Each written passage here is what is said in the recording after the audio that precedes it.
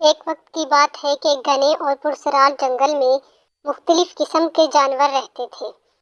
جنگل کے بیچوں بیچ ایک خوبصورت جھیل تھی جس کے بارے میں کہا جاتا تھا کہ وہ جھیل جادوئی ہے۔ اس جھیل کے پاس ایک چھوٹی سی جھونپڑی میں ایک بوڑھا لکڑہارا احمد اپنی بیٹی زینب کے ساتھ رہتا تھا۔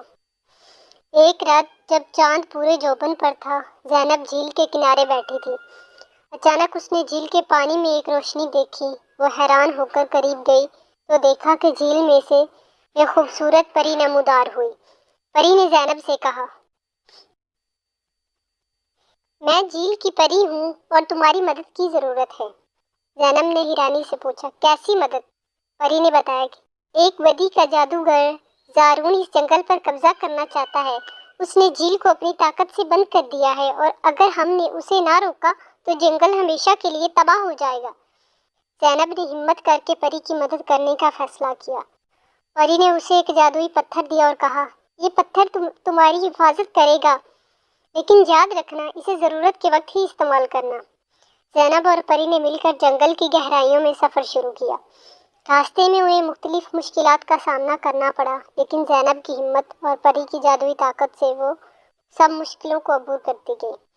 کئی دنوں کے سفر کے بعد وہ زارون کے قلعے تک پہنچی۔ قلعہ بہت بڑا اور خوفناک تھا۔ زینب نے جادوئی پتھر کا استعمال کیا اور ایک جادوئی راستہ بنایا جس سے وہ قلعے کے اندر داخل ہو گئے۔ قلعے کے اندر زارون اپنی طاقتور جادوئی کتاب سے مختلف جادوئی منتر پڑھ رہا تھا۔ زینب نے پری کو اشارہ کیا اور پری نے اپنی جادوئی طاقت سے زارون کو روکا۔ زارون نے غصے سے کہا، تم مجھے نہیں روک سکتے، اور اس نے زینب اور پری پر حملہ کیا، مگر زینب نے جادوئی پتھر کو استعمال کرتے ہوئے زارون کی طاقت کو کمزور کر دیا۔ پری نے اپنی ساری طاقت جمع کر کے زارون کو قید کر لیا۔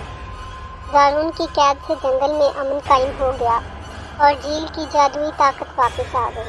زینب نے پری کا شکریہ ادا کیا اور پری نے اسے ایک جادوئی تحفہ دیا جو ہمیشہ اسے جنگل کی حفاظت میں مدد کرے گا۔ زارون کی قید ہونے کے بعد جنگل میں سب جانور خوشی سے جھومنے لگے۔ زینب اور اس کے والد نے دوبارہ سکون سے زندگی گزارنا شروع کی۔ پری نے وعدہ کیا کہ وہ ہمیشہ جنگل کی حفاظت کرے گی۔ وہ جب زینب کی ضرورت ہو وہ اس کی مدد کے لیے آئے گی، اور یوں جادوئی جنگل میں ہمیشہ کے لیے امن و ایمان قائم ہو گیا۔